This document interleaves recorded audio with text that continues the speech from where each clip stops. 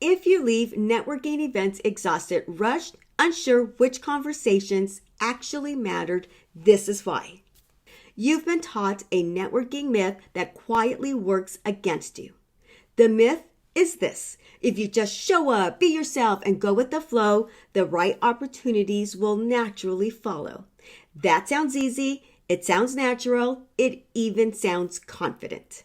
But what it really means is you're winging it. And winging it is exactly why networking feels draining instead of productive. Here's what's actually happening.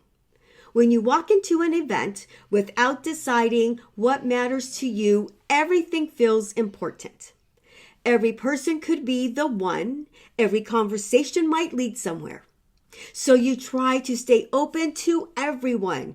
You talk, you smile, you stay longer than you need to because you don't want to be rude.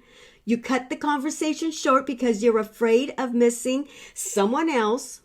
And your brain is working the entire time. Should I stay here? Should I move? Was that conversation useful? Did I just waste 15 minutes? Is someone more important across the room? You're constantly evaluating. That's why you leave tired.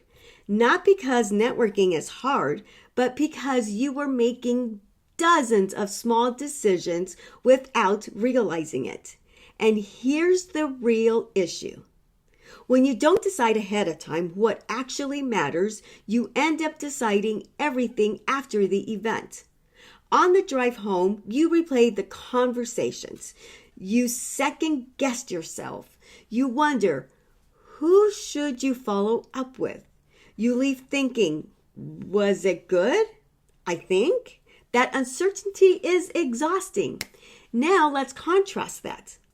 Imagine walking into the same room, but this time you've already decided. These are the kinds of people I want to meet. These are the types of conversations that matter to me. If a conversation hits this level, I continue it. If it doesn't, I close it politely and I move on.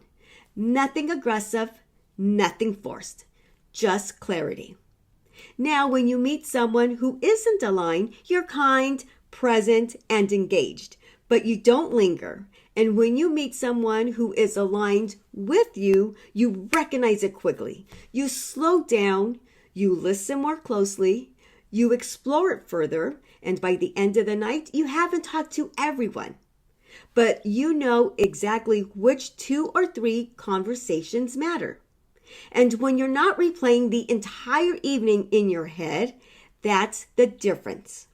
Winging it makes everything feel urgent.